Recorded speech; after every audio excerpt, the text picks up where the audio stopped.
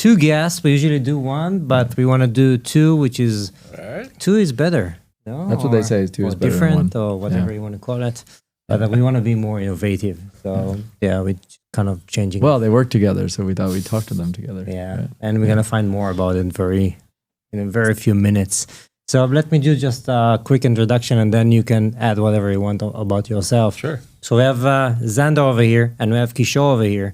Both of them are working in Plug and Play. They are 2 different teams, but they're actually colleagues, meaning they are cross-functioning innovation, startup, entrepreneurs. They're going across different regions.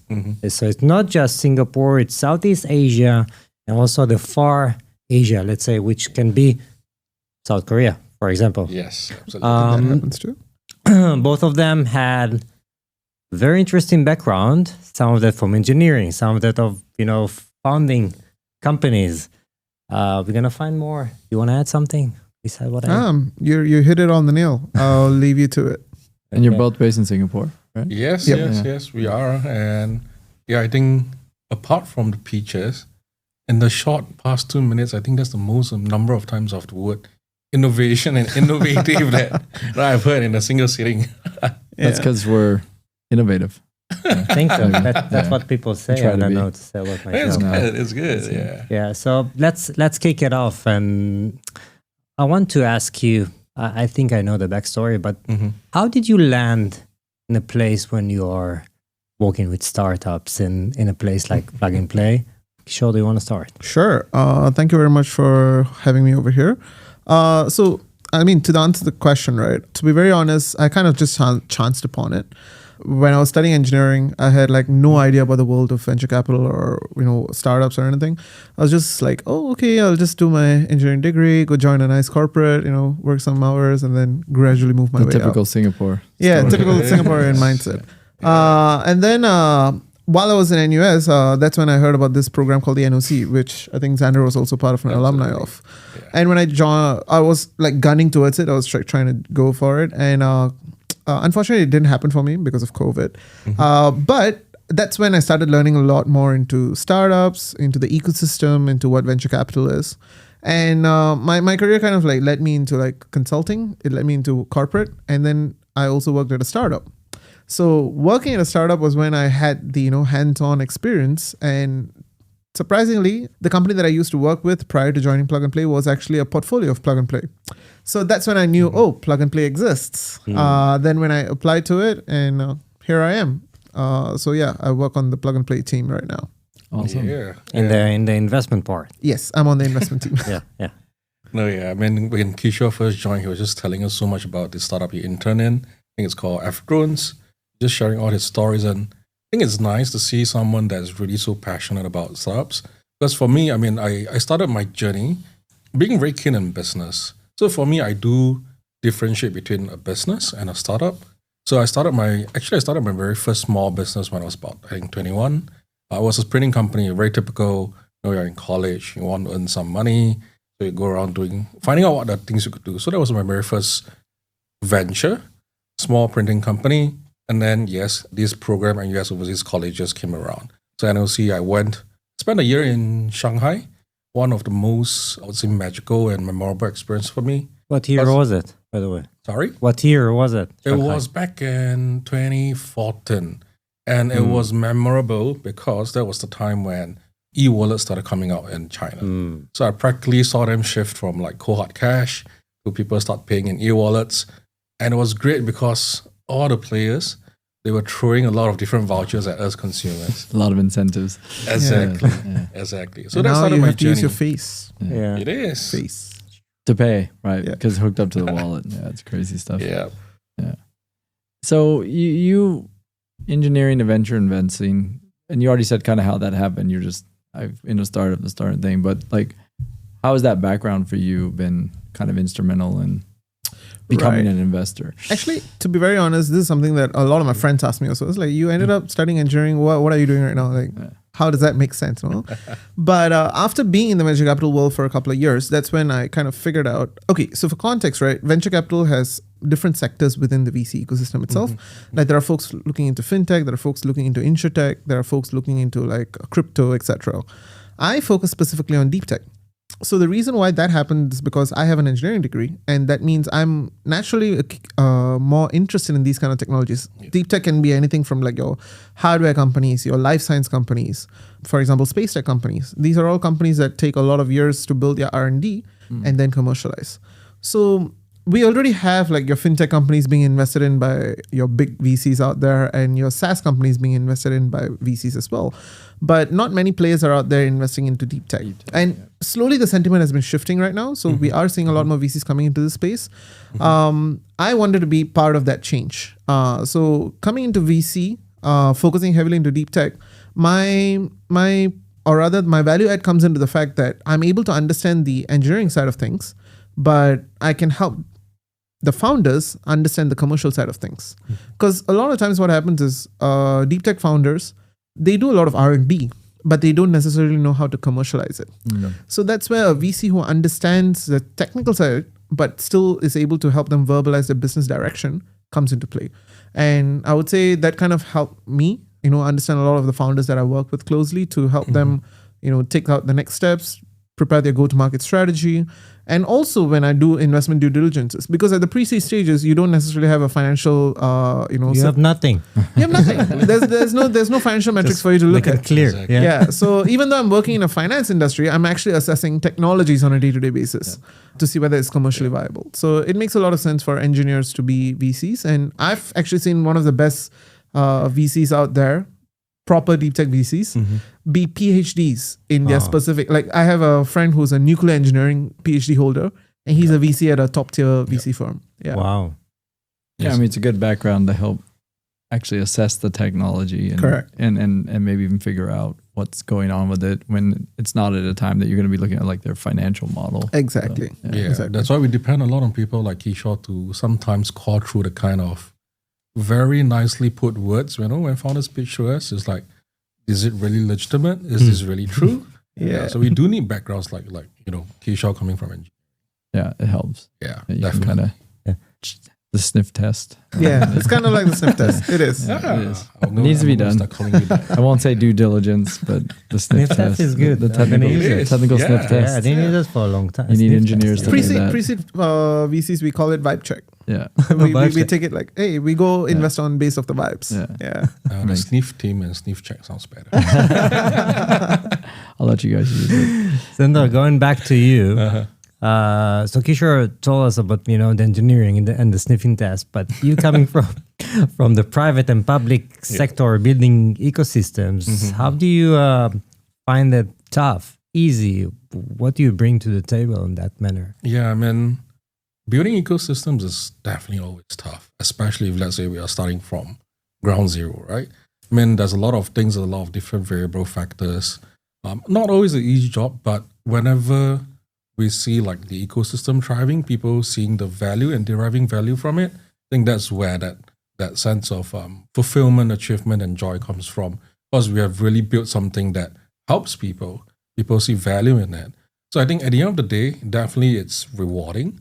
But at the start, the journey itself it's not easy, it's arduous, it's difficult. And I think recently one realization that came to me was because right now I'm actually looking after a lot more activities in some of the markets, like for example Malaysia. The approach that I'm taking, it's in fact the more transparent, upfront, and honest we are with what we are looking for, what we can do, what we can't do, what we are bringing to the table, that builds the most genuine, the best, strongest ecosystems possible.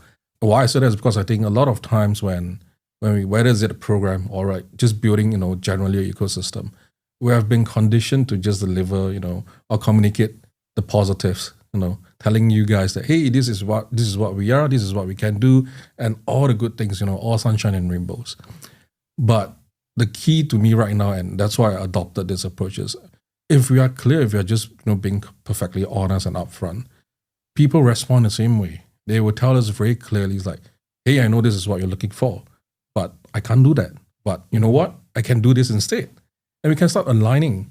And because of this kind of a sharing interactions, that whole relationship, that rapport, that ecosystem is a lot more real. People are true to each other. And whoever that, initial days, they say they want to be part of it, but they're all just seeing sunshine, rainbows, a bit of roses. They can't see through the truth and what's the difficult. It usually also means that they are not able to identify what are some of the hurdles that need to be crossed, what are some of the challenges that we need to overcome. And these guys won't be around for long. So, as we go along, and because of how we are, just being very clear, very transparent, very honest, end of the day, people that are still around, the people that are still within the ecosystems, able to contribute, and the new ones that are coming in, all these people are very aligned. And that's where we formed like a really true, real, genuine, and a strong one. I think this is something that, after like 9 years, I realized, and I really like it. Yeah, I think it's just being candid, right? And yes. So on that point, as you guys you're out there building ecosystems, you're trying to find things to write checks to. I'm sure you guys end up hunting and scouting together as packs of wolves looking for startups. What if we take out the tech and we take out the business thing? What clicks sometimes where you go, wow, that's a founder that we got to work with, even if or maybe everything looks good, but you still go, wow, that founder's great. Or maybe the stuff is like you're not sure, but you still get this, wow, that founder has left an impression. What kind of things do that for you? I actually have a personal anecdote on this, so I'm not going to name the founder. Don't. Because when he first pitched, I looked at him and was like, are you sure this kid? I was like, what? Is this something that we should even talk about? Like, is this a technology that people actually want? When he first pitched, I was very skeptical. But I was like, okay, why not give him a shot? Like, right, he seems to be a eccentric guy. A couple of months down the road, 3 months in actually, he comes back to me and is like, hey, you didn't come in from a pre-seed round, but at my seed round, I actually got 2 tier 1 investors coming on board. And I was like, no way. I mean, I was very skeptical at first, but I actually backed him pushing it through our IC, but our IC rejected it. I hate it when that happens. Sorry? I hate it when that happens. And then when I brought this deal again, and I told the partners in our other offices, I'm like, hey guys, they actually got invested by 2 tier 1 VCs. What now? And then he was like, hey, why don't you get them back on table? Let's have a discussion. By this time, the founder was like, it's okay, man. Let's not do this anymore. I was like, yeah, it's totally fine. But for me, it was like, actually, founders come from very, very weird backgrounds. And you're like, and this founder specifically, right? He told me the way he created his company was, he was going through a personal turmoil with his girlfriend. He broke up. He literally booked the flight, went into some cave with his laptop, and he created the company from scratch in a cave. And that company is worth like a couple of $1 million right now. This was like within a span of 3 months, right? How can you be so shocked? Like this is like, wow, mind blown. And I've seen these kind of things happen multiple times within the ecosystem when you're talking to many founders.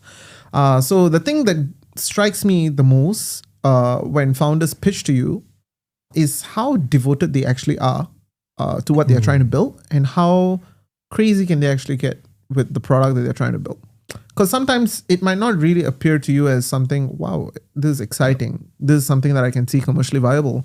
But more often than not, it's the crazy ideas that actually end up becoming quite successful. Yeah. So I would say back crazy founders a lot more than No, actually, if you look at it, a lot of good founders, I don't know, put it across nicely, a lot of good founders, in some ways, they are weird. Right? The really, really successful ones, the really good ones, they are eccentric in one way or another. So I think that's just how they are wired very differently from the rest of us, right? So that I do agree with Kishore on that. Sometimes it might sound a little bit crazy, look a little bit crazy, but this guy or girl, they have they do have what it takes because they are just so devoted to it. But I think for me, there's one other thing that I do really look out for. It's when that founder, he or she really listens or not. Because a lot of time when they pitch something, and the likelihood is that we probably have heard some versions of it somewhere before, and we give our suggestions or feedback, right? You could tell if the person is listening or just hearing to rebut or to defend. Because before you finish a sentence, they'll be like, oh, you know what, but this is different this way. And our minds was like, no, it's not that different. I'm telling you because I can sense your passion. I want you to, have a try and maybe make it work somehow in your ways. That's why I'm giving you this feedback. But a lot of times they don't take it well. And they'll be like, oh, no, but mine is different in this way. Mine is different in that way, blah, blah, blah. And that's when you know that they are not listening. They're just hearing you and then, thinking of points to come back to defend themselves or to rebut you. But if a founder truly listens, he or she will take in, internalize it and start asking you questions. I think, and that's where the conversations start flowing. You get into a lot more fruitful discussions. Thoughts are, again, more aligned, collaborative. To me, that's where I will feel like, okay, yeah, perhaps then this person is going to get there someday eventually. I don't know how soon, but because this to me is a very important trait. Being able to listen, take in, and internalize.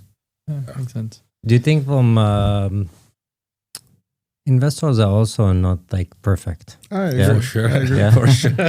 And sometimes, and I'm trying to put the founder hat. You want to listen, and someone is pitching you something as an investor, and you are try to digest and like, it doesn't have any clue about what you are talking about. Oh, that happens way more often than I'd like to admit. Yeah. Because you can't be an expert in everything, right? No, If you come and pitch to me about a company in crypto space, I'm going to be like zoning out very fast. Because as much as I know surface level stuff about it, I'm not going to go out and say I'm a crypto expert. So same way, like you need to find your correct target audience to know who you're pitching it to. No, but putting on that founders hat, like what you said, right, Ras, is that I think as founders, as I was, once was, or in fact, 3 to 4 times, the key is really talking to people and really see how you get your idea across. And if people understand that, I think there's actually some great books written on it. For example, I think the Mom Test. If you could explain things as if you could explain things as simple as being able to pitch to someone that's not in this field but still get an idea across, you're getting somewhere. And even if the person is not expert, whether it's he or she, an investor, a business, wherever it is, I think the key is getting feedback, asking, knowing like what you want to find out, and it's getting that feedback, absorbing it, and see how else could you refine. I think that's what's more important. In that, because I find it's a funny thing if you think about, I don't know how it plays out with you, or maybe you've met somebody, you're scouting, you have a coffee, but in some sense it comes down to, let's pretend we call this the pitch meeting, that like the whole thing is decided in this very short period of time where, again, we don't want to say either party's bad or good. We just put, like you said, you have the founder persona, they want to raise funds, they're sharing with you. You have I'm dissecting what you're doing. Nobody's really right or wrong because there is no notion of right or wrong. But if you think about this, let's pretend it's a 48-minute meeting. It's such a defining set of 48 minutes where you might leave the room saying, nah, I'd never invest in this thing. He leaves the room going, God, that guy didn't understand anything what I'm saying. And like, I find it such a, like when you think about it all in hindsight, you're like, it's so weird, right? Because really like, maybe a sentence or two in one direction or another could have changed the whole thing, right? Yes. And I always tell people who are fundraising, because when I have my coffee meetings like that, I'm like, look, you have to understand that like it's literally just a slice of humanity living out in like a very short period of time that nobody's right or wrong, and they have a job to do, which is people. I think founders forget this. They have a job to do, which is maximize the potential returns. of their capital, of the returns. You have a job to raise money, and frankly, you would take it from somebody as long as they all said. So I always tell people like, just reframe the whole thing and realize it's not the live or die 45 minutes that you think it should be, right? And then like you said, you have people that will follow up. So like, what do you tell founders with what I just said to kind of say like, hey, how do you think about your side of this as an investor to help them maybe get better at that thing that they're doing with you? For me, right, my humble request to founders would be that take it as a volumes game and as a sales game. Fundraising is the mixture of these two, right? Sales is not, hey, come, let's talk about it. You buy it from me now. No, it's an art. It's something that you need to understand the other person. You need to find a way to meet in the middle ground. That's where negotiation comes in. So a lot of people, when they try to hard sell you and they become a car salesman, you're not going to buy it from them. You don't want to. But let's say if someone sells it to you without even realize that you're being sold it, now that's someone I would want to put my money in, because this person is not only a good salesman, but he understands empathy, right? And when I say volumes game, it's because the first 10 people that you're going to pitch to, they're probably going to say no. And you have to be very cognizant of the fact that they're going to say no. But what you're going to get out of the first 10 is trying to understand the feedback that they're getting, reframing it, re-pitching yourself. Like you said, exactly. listening. Yeah. And then, like, this is a standard template that I tell all my founders, make a list of 100 VCs that you really want to have, rank them from 1 to 100, start from the bottom. The first 50 will give you a no, that's great. At least these are not the 50 that you want on your cap table. You're learning through But them. by the time you come to the middle ground, right, you will realize you will have so much feedback to work with that when you re-pitch yourself to the next, the top 50 in your list, they're probably going to say yes, or rather at least there's a higher chance of them saying yes. And you're probably going to get the more tier 1 VCs on your cap table. So I'm going to be very candid with founders when I tell them, like, listen, this is not an idea that's going to work, but if you pitch it this way, or if you try to reposition yourself this way, it probably might. So yeah, understand that it's a sales game and it's a volumes game. Yeah. And then they need to, I'm going to put my 2 cents, I fully agree with you, is don't afraid to fail.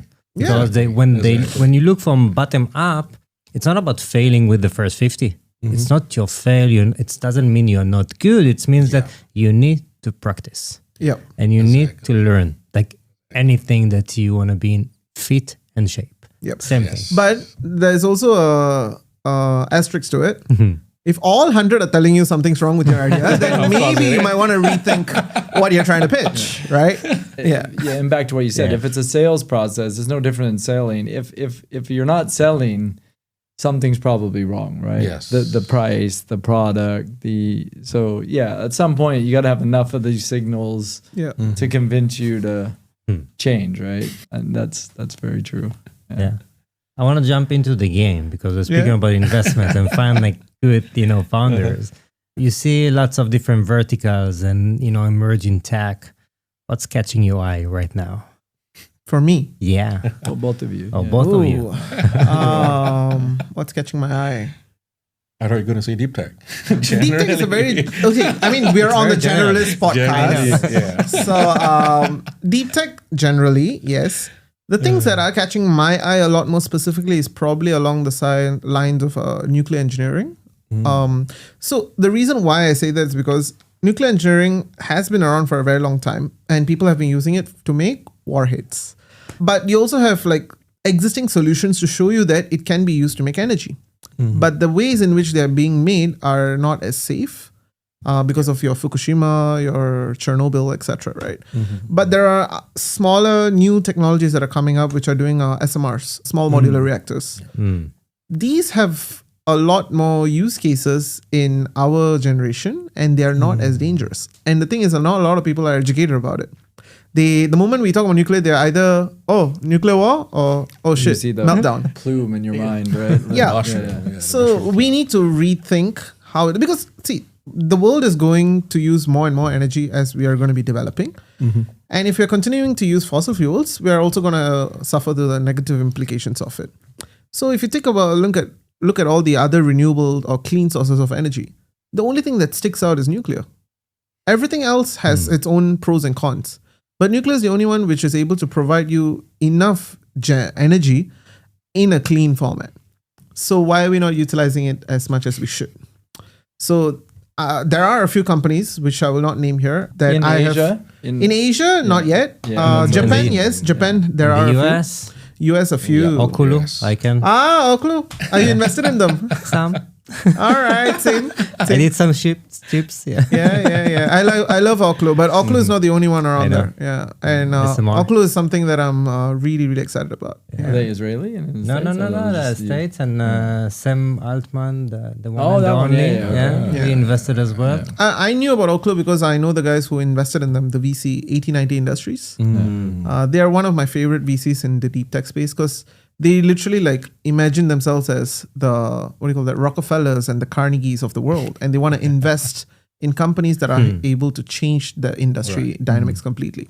So Okulu Where are they is one based? of their, US. US. US. 1890. I don't know them. Yeah.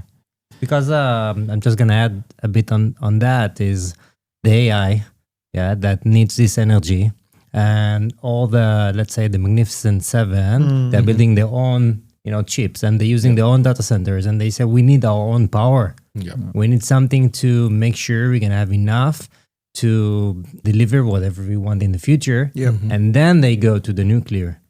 So, you agree? I agree. I mean, they have been putting their money into nuclear engineering now. A lot of it. Yeah. So Xander, give us a good example of like a textbook corporate innovation thing that you've been involved with or seen that is a good example for people. Because a lot of times people don't know what it is or that it's sitting there. Well, okay. I mean, I would say this has been occurring and happening a lot more again in the US. I think generally it's just the culture then, whether it's the corporate culture or the startups culture. They are faster adopting that. We are trying to bring that and do that a lot more here in What's Southeast the Asia. blockers here? Because like, there are quite a few. So maybe let's say on the corporate side, right? Typically, I would say understanding how to adopt and really just be comfortable with innovation is not something that a lot of people in the corporate industries are very comfortable with. I mean, I would say number one, most of all, they have been.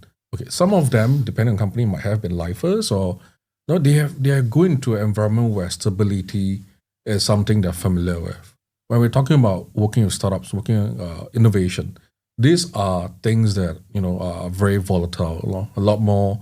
You need a lot more agility, speed. Being able to be flexible, and these are all things that they are not comfortable with, familiar with. Yeah. So corporate side, I would say typically that understanding, awareness, and speed of adoption usually is a little bit slower than we like. That's why we're trying to change it. Trying to get a lot more corporates aware, involved. Understanding what does it really mean to be corporate innovation. Like if you want to work with a startup, in fact, you first need to understand what objectives are you chasing. Is it strategic? Is it financial? Because even just these two alone will end up deciding how you take your next steps. Financial, you probably have to look at a solution that's a lot more mature, so they can get your short to mid-term kind of a quick wins. If you're looking at strategic, it will take a much longer timeline. And then for startups, I mean, you have been always on your feet, very quick, very nimble. You do things very fast.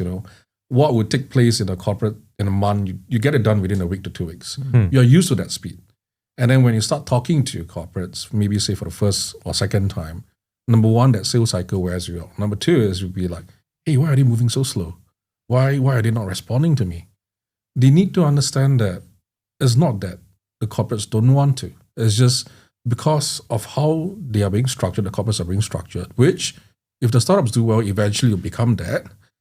How they're being structured, there are different layers, tapes, whatever it is that you have to go through.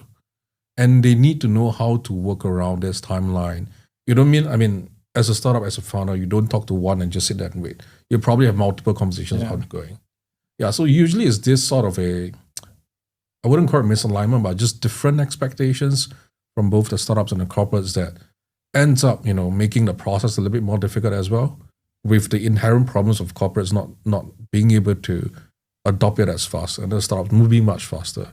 So this is, I would say, still something pretty new in APAC and Southeast Asia. But we are seeing what we can do about it by helping a lot more corporates, we're conducting like educational programs for them, like for the OIS and stuff. Yeah. Like, because let's say you're a corporate that has no idea what to do, how to work with startups, then we take you from there and be like, okay, let us guide you. Like, let us, teach you from scratch. What are startups? How do they work? How do you work with them? And that's kind of where Plug and Play sits, right? We are the nexus between both corporates as well as startups. We understand the problems that both sides face. So it makes us a lot more of a unique position that not many people would have. And it gives us a different perspective. Yeah. And both startups and corporates kind of love that in perspective that we are able to provide and bring to the table. Yeah. In fact, we developed a new range of services. We call it Open Innovation Services, ORS, like what Kishore mentioned.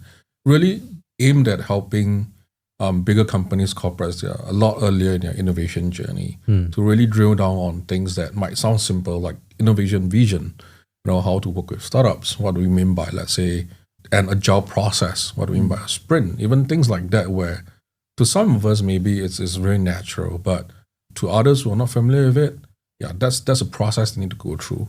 Just like if today we're going to talk about, I don't know, something to do with engineering, AI. obviously, I can't. Every corporate wants Exactly. AI. Yeah. So, yeah, I mean, that's something that we have been actively trying to push a lot more within the region. And we do think there's a lot of potential that can be done. Do you choose like specific verticals of corporates to start with? Let's say let's start more with tech because they're going to be more adaptive, or we should go more traditional. Let's start the curve with them. Like, where is your range of corporate? Because corporates are big. Where do you choose to go? I would say generally, at least from what we observed, the guys that have been a lot faster in adapting and adopting, right now, I would say most of them are in the fintech or financial services spaces. I mean, maybe, it's an industry that changes have been around for a much longer time. Even if we talk about, for instance, verticals like sustainability. Sustainability, again, very broad. But if we start talking about things like decarbonization, carbon capture and all that, these are all technologies that require a much longer time, a much longer gestation period. So that changes, the impact has not been coming around as fast as we like. Whereas when we talk about things like fintech services, because it's so broad and so many different areas and is a lot more closely embedded with consumers, we see the impact a lot faster. And that kind of, in a way, I guess, forced the corporates to move faster as well. The other ones, again, sustainability, your manufacturing and wherever not, they are catching up. But yeah, I In guess this they part can of move the faster. world, to add on to that, right? I mean, we do have a huge mobility program or accelerator program that we have in our Stuttgart office, and we've been doing that for more than 10 years. So these are all your top tier mobility firms: Daimler, Porsche, Jaguar Land Rover. But that's the thing, right? In that country, mobility or anything to do with automation, automotive seems to be the one that's driving the entire country. Here in this part of the world, financial services seems to be the one that's driving the change. So corporates here that we kind of get a lot more are rigged towards the financial services, to be honest. Kind of makes sense given the Asian city kind of financial domiciles and things like that are happening. I guess it depends on the country. I mean, for example, if you look at Malaysia, there's a lot more going around about food security, agri-tech, the different solutions they are putting into the plantations, whether is it, say, a soil sensor or even drones, simple things like, having a drones that help them to spray certain pesticides, nutrients, etc., or whatever not. So I guess it do kind of varies. And as we all know, because Southeast Asia is just so diverse. So when it comes to different countries, everyone's looking at different thing. But again, if you really have to pick one that's been a lot more, adoption rate is a bit higher, it'd still be financial services. So I think it'd be good to, because I think some of us we're bouncing around with this, we understand plug and play, you guys do. I think a lot of people might not, right? I think, and I don't want to explain the whole thing, but you're global with plug and play. I think if you take back to like an example of where the whole thing plays out almost exactly to the way you guys are designed for corporate innovation around a startup. What's actually happening? Is it the corporate's building a startup with you? Is it that you find them a startup and marry it together and invest in it? But give us a good example so that people really understand how this plays out with plug and play and a corporate and a startup. Yeah. I mean, typically, I would say, okay, I'll try to shorten it. If not, I'll go I'll give you a one-liner first. TLDR. TLDR is we are Tinder for corporates. Okay. All right. I'll let Xander explain a little bit more. Thinking about it. Yeah. That's a good one. No. I say this every time whenever I explain The to my short friends. title is going to be plug and play is the Tinder for corporates. Because it's the one-liner that I can say and then I can explain it. And then they're like, oh, now it makes sense what you're doing. Yeah. Who's flipping the corporates. I don't. corporate. I'm going to pretend I don't know. Swipe right, swipe that left. gives you the whole selection of all the and the corporates are swiping right or left to find one to work with. Exactly. And they're like, okay, if it goes well, then we'll be like, okay, now you can go for a first date. And then we'll, bring the matchmaking service for them as well. And where's the capital being deployed for you guys? Into that startup? Or is it not always the case that's even happening? Maybe let me take a step back and kind of give you a perspective on that, right? We actually have 3 main lines of businesses and they kind of like work in intersections between each other. The first one is venture capital, where we invest in pre-seed to Series A startups. Typically, anywhere the check size can be from 50 to 500K. We don't lead rounds, we tend to follow on. These can be any startups that we find that are very interesting, and we think that they are fantastic. And most of the thing is, we invest in B2B companies only. Yeah. And the reason because of that is because we primarily work on corporate innovation, which is kind of like our bread and butter. Yeah. So what that means is we tie up with over 550 corporate partners across the world, across 27 different verticals in 67 different geographies and counting. And what we do is that we work with their innovation departments or directly their business units and ask them for problem statements that they're actually working with. All right.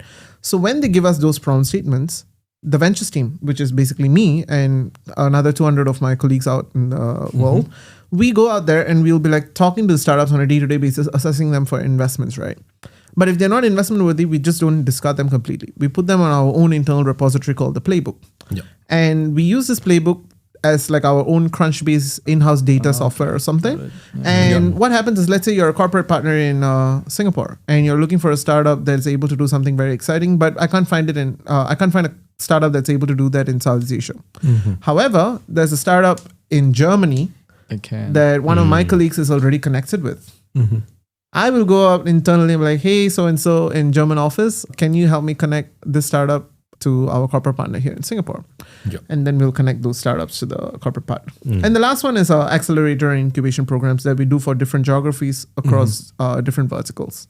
One I'm pretty sure you're very well aware is we did one with cybersecurity for the, I think, CSA and TIG. Correct. Yeah. Yes, exactly. It's just to add on to Kishore points, right? So I don't know if I should go with the Tinder thing, but let's go with it. So cat's already out of the bag. Yeah. So on that, right? So for ventures team member like Kishore, where do they exactly look at, right? So which startups to find? This is where a role like myself as a partner of success comes in, because if Kishore is the one on the team that talks the most to startups, then we are the ones that talk the most to the corporates. Got it. So, yeah. So we will be the ones helping them to refine their requirements, their problem statements. Sometimes when they give us, it's so broad. It's such a motherhood statement that, we have to dive in a lot more deeper. So this is where we need to improve our processes. What do you mean? Exactly, right? So things like that. Increase velocity. And then Xander will be like, okay, I will handle them. You come back later. It's like, okay, cool. Yeah, I mean, there are days I really just want to pull my hair out, but this is still have. So let's almost there. Let's continue the Tinder thing, because this will be great for hits. They've matched. What happens next? Is it they're buying product from the company? They might become a strategic investor. They might buy it. Like what happens when there's all the above could I happen? think Xander can shed some more light on it. There are a few routes. So short answer is yes, all of the above of one of them is right. So the most typical we try to push for at the start is more commercial. So it could be a proof of concept. It could be straight away a commercial deal. So that's more straightforward, just doing business with each other. But if they really like each other so much, then there are days where the corporate will think about, hey, can I invest in them? And over the long term, can I then turn that into a acquisition or acqui-hire, as we call it, right? But that usually takes much longer time. So the fastest one is usually just bring them to do business together. Got it. Yeah, and that is a win for both the corporate and startups. Startups get the revenue. Corporate's like, hey, I got this new technology that helps me to reduce certain things, It's a win. So the last one on this point, and then I'll let you transition us out of this, is, and I'm sure you've experienced. So if we go back to, like, one of my golden rules for startups is be really careful with this situation. So let me play that, which is they could smother you with, and I'm sure you've seen it, with all the things they need, their processes, helping them, to fix the messaging, like you said. And I'm sure we've all been in startups where you got to sit there and go like, do I really want to do that deal with X? It's gonna kill my revenue it might, in the end of the day. Or it might give them too much revenue. You know what I'm saying? Like, so where do you guys sit in kind of helping the startup, which I think would be some of the powerfulness of working with you guys as a startup, to kind of manage the expectations and even the success of these type of relationships, which we know it's big corporate, tiny startup. At first you go, oh, amazing. But actually it can go horribly wrong, right? Exactly. Exactly. I think for me it goes back to the part and point on being very honest and transparent, right? I mean, if let's say the startups themselves have unrealistic expectations, say I want to get this big contract for this corporate, and and this will blah blah blah. Usually, I tell them like, hey, I've been speaking to corporates a lot. This is the truth I'm going to tell you. Is this going to happen or not? And whether they like it or not, I'm just going to put it out there so that they're aware. Likewise, to the corporate as well. I mean, the startups come in saying that, hey, they can do this, can do that. Can do it all everything. sounds very nice. Yeah. They always say that. They always say that. And that's where, together, both me and Kishore will be like, how real is this? Is this going to work out? And then I would think of then how to deliver the message to corporate. Yeah. Because it always helps to have someone in between who understands both parties' needs. And what happens is at a startup stage, you're overzealous. You always want to do as much as you can. These are probably your first few clients that you're trying to sell to, and you want to get it right? So you'll say yes to everything that these guys are going to ask you out. But the problem is you cannot deliver. And when you don't deliver, things go south. So that's where we kind of have to talk to both and make sure that we set those expectations correctly. Yeah. And even if we know the corporate even if we know the startup can push themselves to do something extra, we'll be like, listen, hold your horses. Yeah. Do this first. If this succeeds, then you move on to the next stage. Don't promise everything at one go. Yeah. Because the better thing to do is under-promise and over-delivering. A lot of startup founders want to over-promise and over-deliver, which can be very strenuous. Especially when you're having short of funding, a small team, not much resources. Yep. Yeah. It can take a toll.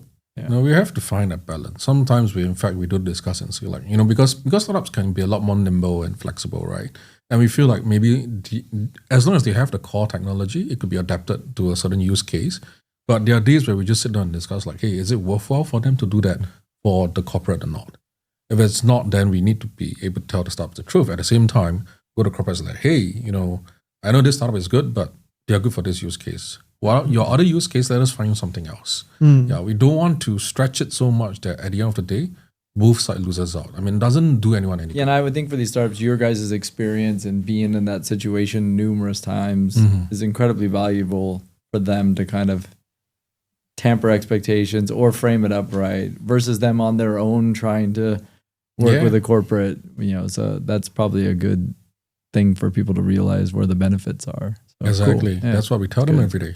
Yeah. And do they listen? Or Well, I can only advise.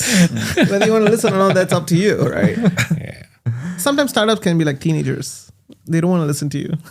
It is. yeah, it's actually a good segue because we spoke about how we can recognize the person that might gonna be a successful founder. It doesn't have any product. He cannot show you POC, but you said, hey, maybe I can sense, the way he can sell. Like, his storytelling is great. There is something there. But then you also need to imagine, can it be scaled in terms of recruitment, team, execution, customers, sales, marketing? There are so many things that are moving parts. Do you have your secret sauce? Maybe one of you saying, this is the way I found a scaling, opportunity. That'd be good. Scaling opportunity. Okay, because we are working with startups, with corporates mostly, right? The way we help our founders scale is we introduce them to as many corporates in our network as possible. So their go-to-market strategy is very easy for them. Let's say if they are Singapore and they want to go into, some really, really remote part of the world. Okay, maybe not remote. Let's say Dubai, right? Okay. You have absolutely no idea who is in Dubai or what's in Dubai. But let's say you're a plug-and-play portfolio. We have folks in Dubai. We can put you in touch with the right people that you need to be connected with. And your go-to-market or your entry into that space is much more easier. So when it comes to scaling for companies, especially in this part of the world, it's always getting out of Singapore because Singapore doesn't have a huge market for any product that you try to sell. So that's one thing. But if you're asking me a question on how can you actually just scale your company within this region, it really boils down to whether your product is something that's versatile to or rather applicable to the folks around you. Because think about it, Singapore is a first world country, but our neighboring countries are not. they have different requirements, they have different geographical constraints. Can your particular product be able to, go across the ocean literally and be able to sell in these markets with purchasing power of different price parity, right? So that's something that I like to tell founders to think about a lot, because what works for this country might not necessarily work for the other countries in the region, even though they're all classified under Southeast Asia. It's not like, let's say, for example, India, right? If you work your product in south of India, it can work all the way up till the north, because predominantly everyone's in the same geography, using the same currency. So that's also one of the reasons why a lot of the startups in India scale very fast, especially in the financial sector, but not so much within this part of the world, because it's a much more intricate geography that you need to work around with. Yeah. I think you guys talked about your B2B mostly. And I think we always, when we have folks like yourself that are here that have been doing this for a few years, we always try to think about how do we give the ecosystem help and leave it all better than any of us have left it or showed up to it. So when you talk about the B2B thing, you talk about Singapore, you guys have probably been more focused on the type of investing that we think is probably better than what's been happening over, let's say, the last decade of a lot of B2C, a lot of Southeast Asia first. Yep. It's starting to change a little bit. We've talked to Jeremy Tan about this. We had Sheehan in here. Yeah. There's a vibe shift, I would say, around. Are you guys seeing it? We're trying to bring the vibe.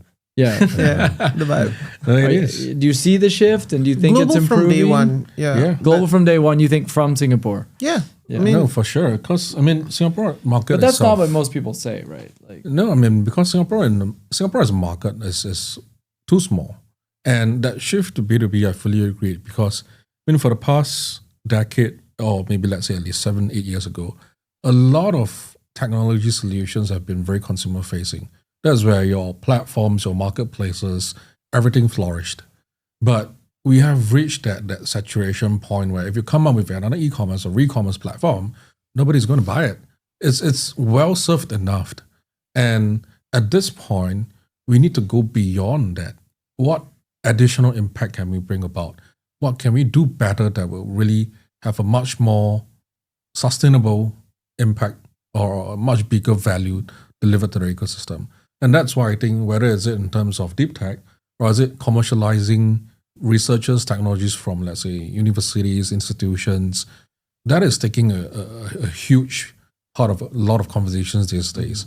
But again, it's a very challenging process, because we talked about this earlier, where not all researchers are meant to be commercialized or can be commercialized. We do try to help that process, but there's still a lot of gaps that need to be filled. But again, personally, I do think this is a good shift, because back then, yes, marketplaces, platforms, I think we use a lot of them these days. It's great. It added value. But now we need to think about things that can be a lot more long-term. Yeah. But again, there are challenges that are inherent. I do personally see that. I believe Kishore probably also saw it. Yeah, the one thing I have a coffee chat with most investors these days, the conversation that we always come up to is the era of B2B SaaS is dying. Like there's like every other startup that you see in this sector, right? It's just going to be incremental changes on already existing solutions that are out there. Nothing revolutionary, nothing that's life-changing. That's why I also find deep tech a lot more exciting, because the kind of technologies you're working in, it's going to take a while for it to, get to market.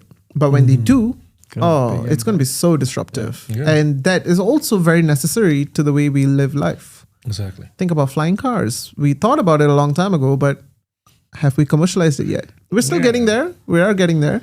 But I just want robo taxis in Singapore, so I don't have to you talk do to realize Grab it actually drivers. started from Singapore, No, right? it did, but Yeah. and this has been like a pet peeve of mine. Yeah. It's the perfect city for it, and you had a startup that's doing it. That Nutonomy was working yeah, on it. he's at Wavemaker now, Yeah, and then it's like, and they had a testing area, and they were on the street. It was We spoke about it after I've been in San Francisco and using. and then it just disappeared. Yeah, Like, but they're the doing thing the with- buses a little bit and on-campus Yes, stuff. in but NTU, I Yes, think they're exactly. using. I don't want that buses. driver anymore. Give me Waymo in Singapore any day. Right? Yeah, Waymo. Yeah. I love Waymo. It'll be good. But then again, it also has a lot of challenges. Think about it. Singapore is trying to reduce the number of cars on the road. Well, let's be clear. They were. That's all stopped, by the way, right? The COE's back to growing the footprint. So that used to be the case. This is one of those money, points. I think, well, yeah, it's all the, you're over 6 million people now and people in cars. But I get your point. And it is challenging, but it is. It would make so much sense, right? It would. So it would. I hope we get there.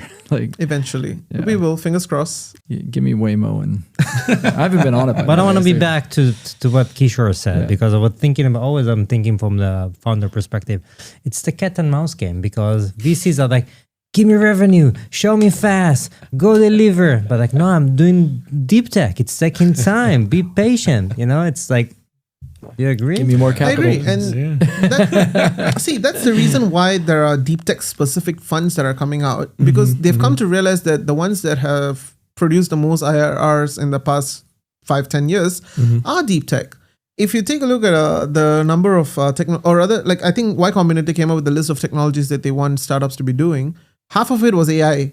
Yeah. And what is AI if not for deep tech 5 years ago? I agree. Right? And suddenly everyone's on the AI hype. Yeah. Hello, machine learning. Yeah, everyone's just repackaging, Like 2 years ago, I would have seen founders pitching themselves as a blockchain company. Yeah. Today, they're an AI company or an AI and blockchain company. And I'm like, no. That's a space you shouldn't go there. Yeah. So my point is, deep tech will always have its own position in the world because they end up becoming disruptive. And deep tech, investing in deep tech takes a completely different mindset. Yeah. Because it takes a long time for you to understand the ROI out of it. But when it clicks, it skyrockets. Yeah. That's the same we've seen with every technology that has been disruptive so far.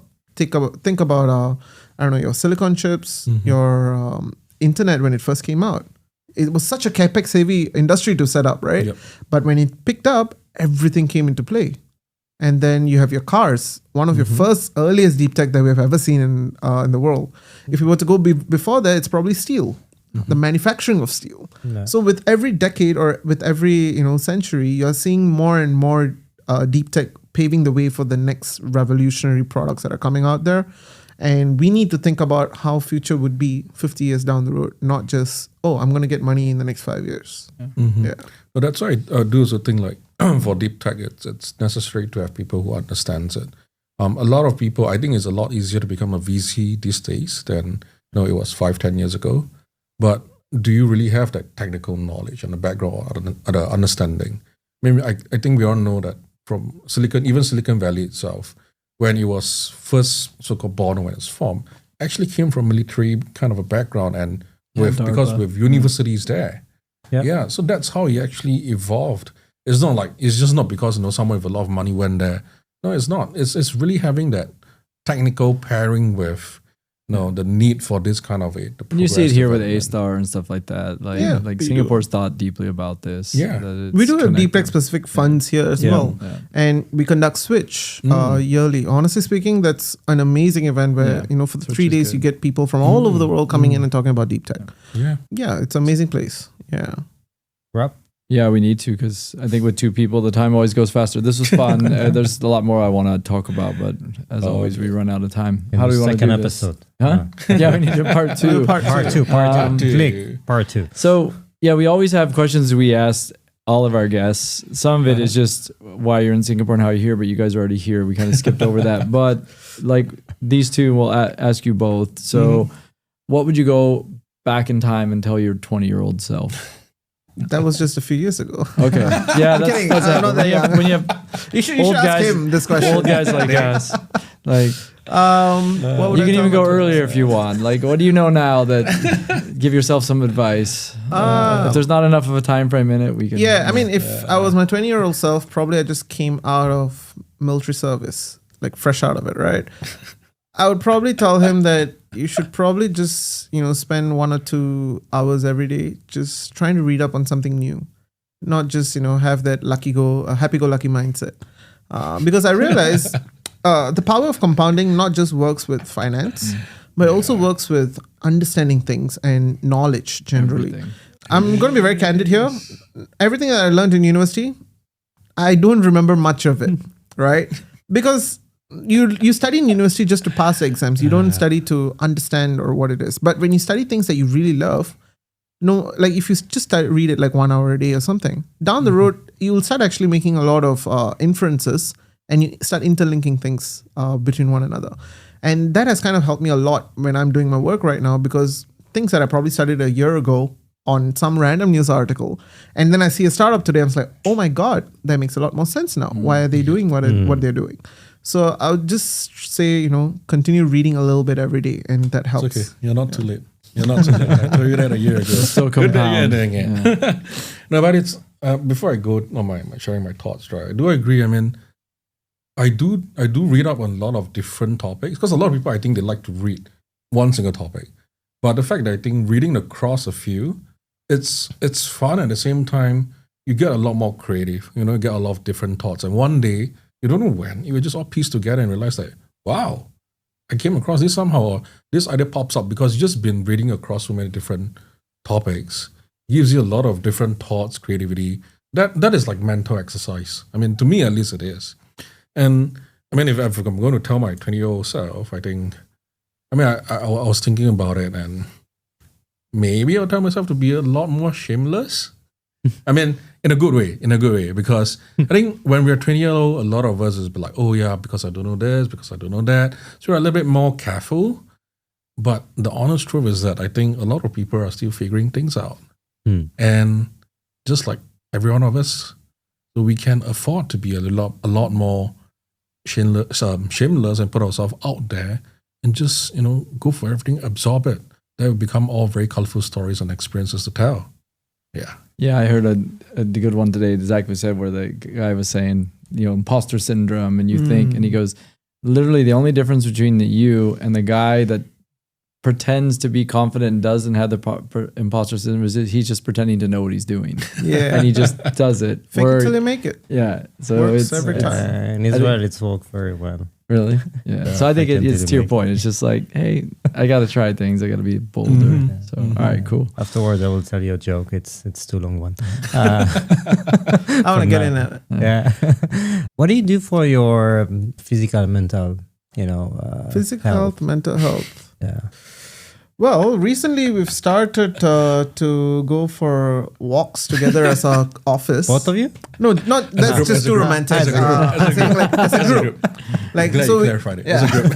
So we just send calendar blockers to everyone in the office, and we're like, listen, on this evening we're all going for a walk around Marina Bay. If you want to run, you can go run, but the rest of us are going for a walk. You're feel free to join. So most of the times, if you see like networking, usually it's like, oh, we go to another nice bar and then we all drink and we eat and then we go back home, we feel fat, right? I've put on a lot of pounds ever since I started working.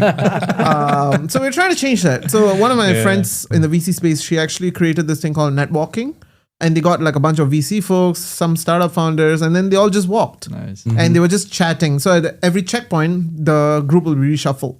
So we were trying to just do the same thing within our office. So it's kind of helping my mental health a lot more now. Nice. Yeah.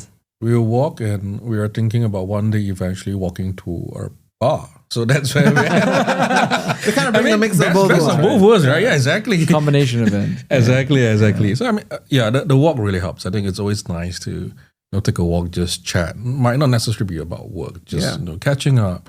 I think that day I was talking to you about what kids or something, and I was like, I don't even have kids. Yeah. We were talking about like the topic of how do you bring up kids, like oh my goodness, Nobody told you how it's working. Wow. Okay, I clearly have chosen to forget that. You gave a lot of free advice though. But yeah, it's fun. Do take a walk. Usually even if you're at home after meals, 30-minute walk do a lot of wonders. And I think the other thing is just read a lot across different things. I think that's where like I just say, right? It's fun knowing about different things, random facts, and you never know, one day it could be useful facts. So we'll end on both of you. Sorry, give us something you're reading that you want to share, whether it's an article, a book, okay. whatever. This is actually something I'm excited about because I just finished the book today. Outliers by Malcolm Gladwell. Okay, I've that's heard a good about one. it. Very That's a solid good one. book. That's a good one. Because a lot of times we think that, you work hard and you will just be able to be successful in life, right? And then he comes up and gives you all the different people that he mentions in his book, and why they became successful. And you realize success is a multitude of different factors, not just because you're a hardworking or a smart individual. There was even a chapter where he mentioned how like people's birth dates corresponded to how successful they can be as a hockey player. And I was like, damn, it's an actual statistic that he pulled out. Yep. And I was like, no way. And he mentioned how, like, you know, for you to be an expert in any particular field, you need to have 10,000 hours of mastery in it, right? For the reason why Bill Gates became successful, it was one, he was born in the correct time or the time period where internet was booming. And second, by the time he was 16, he was in a place where he was getting access to free internet and to study on a machine where even professors of computer science did not have the access to do it. Crazy. By the time he was 16, he had 10,000 hours on it. So it's not because he was simply a smart person. It was also because he had the situation to surround himself. So that book was very, very eye-opening for me personally. Yeah. No, I do agree. I think I'm halfway done on that. I was deciding, I have 2 books in my mind. I was deciding, I'm just going to say both. Sure. So first one, it's Originals by, I think, Adam Grant. It's a lot about perspective. So I think one of the stories I remember was like, you know, a typical firefighter training is you never dropped your equipments. So he was writing about this real situation where a bunch of firefighters was, you know, caught in a situation. A lot of them, because they were trained in that way, they stuck on to carrying their equipments, and eventually, and unfortunately, a lot of them, you know, didn't survive the fire. But there was one that, you know, at that moment, it's like, I should just drop everything, go in the opposite direction. He was the only one who survived. So it's a lot about perspectives, and I really like that book. The second one is more recent. It's a book called Same as Ever by Morgan Housel. Really good. Yeah, Again, I did it on Audible. It's so good. Yeah. Yeah? Very good. It's timeless lessons, perspectives as well. It's his second book. The first one is the investment book. I forget what it's called. Money. It's Psychology of Money. It's the follow up to that, but it's really good. Where it's just basically saying like, look, everything's actually the same. If you go back in history and look at the patterns and the crashes and human behaviors, it's the same as ever. Why do you freak out about it? So it's really good. Besides, I didn't take into consideration Trump. Yeah, No, that man's a wild card.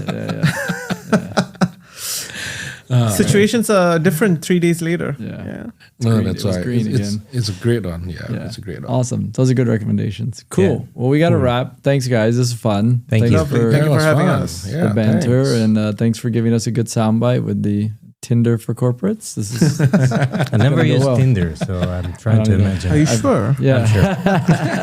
I'm sure. He promises. Yeah. Awesome. Thank you very much. Thank you. Okay, Thank you. Thank you.